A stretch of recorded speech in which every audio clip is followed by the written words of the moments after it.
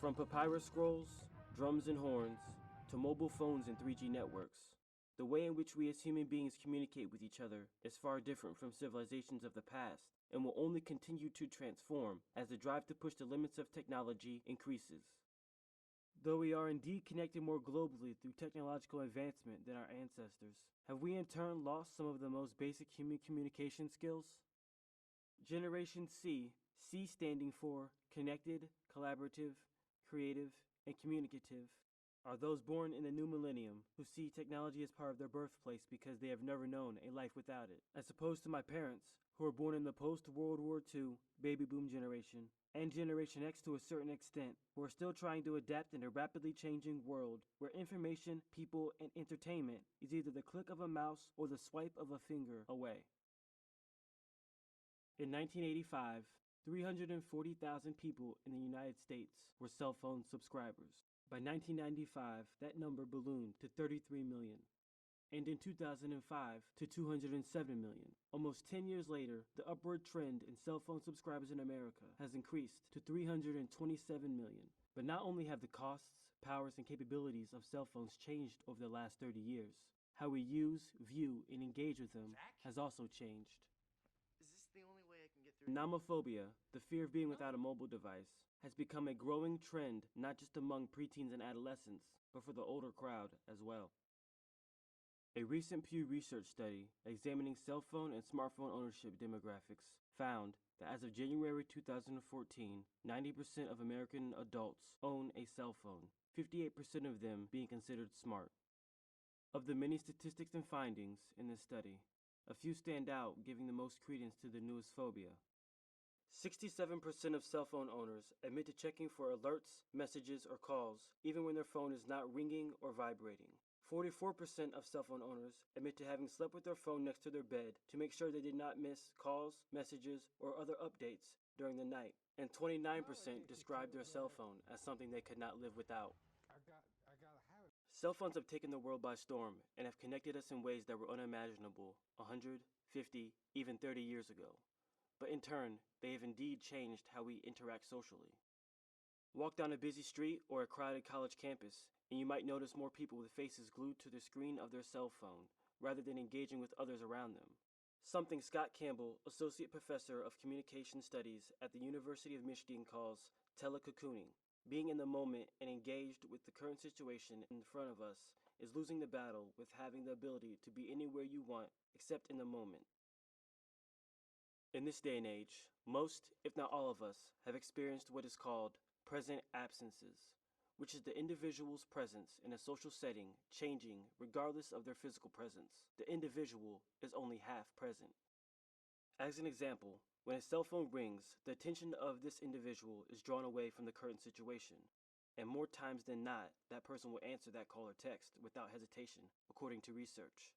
As a result, the party in which that individual was having a conversation with described this as isolating, insulting, or annoying as their most common feelings towards this experience. The ability we have with our cell phones to be anywhere we want, anytime we want, can not only be problematic in a social setting, but it has also proven to be an issue in areas where it was not before.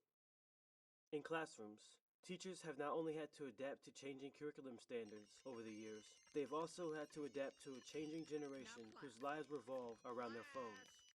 Walk into almost any classroom around America, and you will most likely see a sign or two discouraging the use of a cell phone. Some teachers and professors have even taken it a step further and written strict policies into their course syllabi. How a student performs in class and the amount of cell phone use show a direct correlation. According to a study by Douglas Duncan, Angel Hoekstra, and Bethany Wilcox of the University of Colorado, it was found that students who were regular users of cell phones in class had a negative grade difference of 0.36 plus or minus 0.08 on a 4-point scale. Another finding was that while students claimed on an average they checked their phones only 3 times a class period, observations concluded that the average was closer to 7 times a class period, which not only affects the cell phone user his or herself, but the other students around them who become distracted by the texter, found in a study by Deborah Tyndall and Robert Bolander. In the 1980s, Mothers Against Drunk Driving pushed for stricter laws and enforcement against drinking and driving. But today, a new war is being waged against texting and driving. Texting and driving is 6 times more dangerous than driving drunk, according to the National Highway Traffic Safety Commission, and has now replaced drinking and driving as the main cause of death and injury to teenage drivers. But once again, this is not solely an epidemic amongst teenagers. 47% of adults also admit to texting and driving, and of the 50 states, only 10 do not have a ban on texting and driving. It has been proven that alcohol consumption can lead to addiction, and that people who carry that addiction on the road put the safety of others at risk. The same could be said of those who check email, update Twitter statuses, or exchange texts behind the wheel. The only difference is that the addiction to alcohol and the problems associated are well understood. Also, the stigma attached to those who drink and drive has become more of a deterrent. Cell-phone addiction has a lot shorter track record in history with drivers. It is also not seen as an addiction, possibly leading more to view the laws against it as another way to control us rather than trying to stop another addictive behavior from harming more on the roads.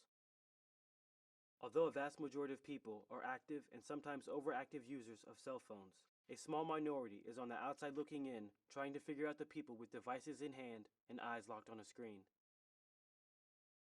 A possible explanation to why we are so drawn to our cell phones can be found in the studies done by B.F. Skinner on mice, studies that examined variable rewards. What he observed was that mice reacted more unrestrained when receiving random rewards. Each time one set of mice pushed on the lever, they received a small treat, large treat, or no treat at all. The other set received the same size treat every time and pressed the lever far less compulsively. Much like mice when receiving treats, checking a cell phone has become the lever we press over and over again because a dopamine response in our brain has been triggered like that of the mice, and we keep going back to check for our treats, weeding out the mundane and everyday messages that we receive, waiting for our big treats, messages from a love interest, a call from a friend about plans for a night out, or the number of likes you've received for a post on Instagram. These are the types of stimuli that enhance the desire to never be without a phone, because the unpredictability of when that next big treat is coming that will bring us pleasure could be missed without it. Even though many still turn a blind eye or discount cell phone addiction completely, it is hard to deny that with cell phones becoming such a big part of everyday life, the efforts in which lawmakers have pushed to make the road safer, educators to remove a distraction that affects learning in the classroom, and many businesses restricting cell phone usage on the clock, all point to a bigger problem than most of us would believe. Whether you love cell phones or hate them, they are here to stay, until a new piece of technology comes and takes their place.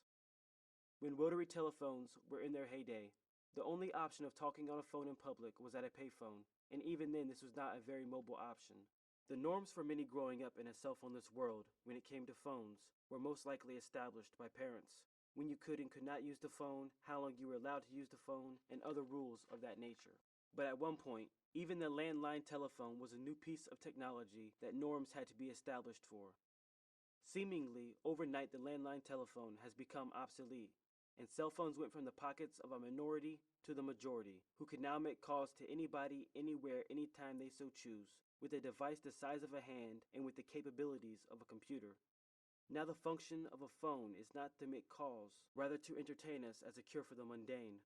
But the problem might not be with the cell phones or their functions, or mobility even, but the lack of a strong and well-established social norm that areas of society are just now trying to create because the change in phone technology and how people are using this technology has changed so rapidly.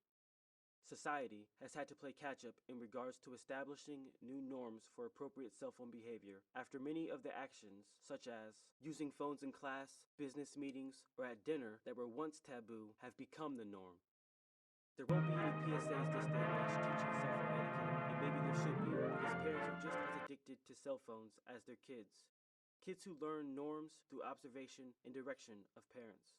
Being without a cell phone in today's world, although probably a lot simpler and more peaceful without always being available at anyone's beck and call, is not the most practical because this technology has made communication easier, although not always ideal. Stuart Brand said, "Once a new technology rolls over you, if you are not part of the steamroller, you are part of the road." Words that hold true for the 1 billion people around the world who do not own a cell phone, and a third of the world in which does not have access to the internet. Cell phones have created new distractions and concerns in areas of daily life and challenged traditional communication behaviors. And a lot of evidence that has been gathered shows a darker side which makes cell phones easier to criticize for opponents of the devices and not see that some of these traditional ways of communication have been adapted or enhanced by the millennials to fit a world of technology in which they have been born into.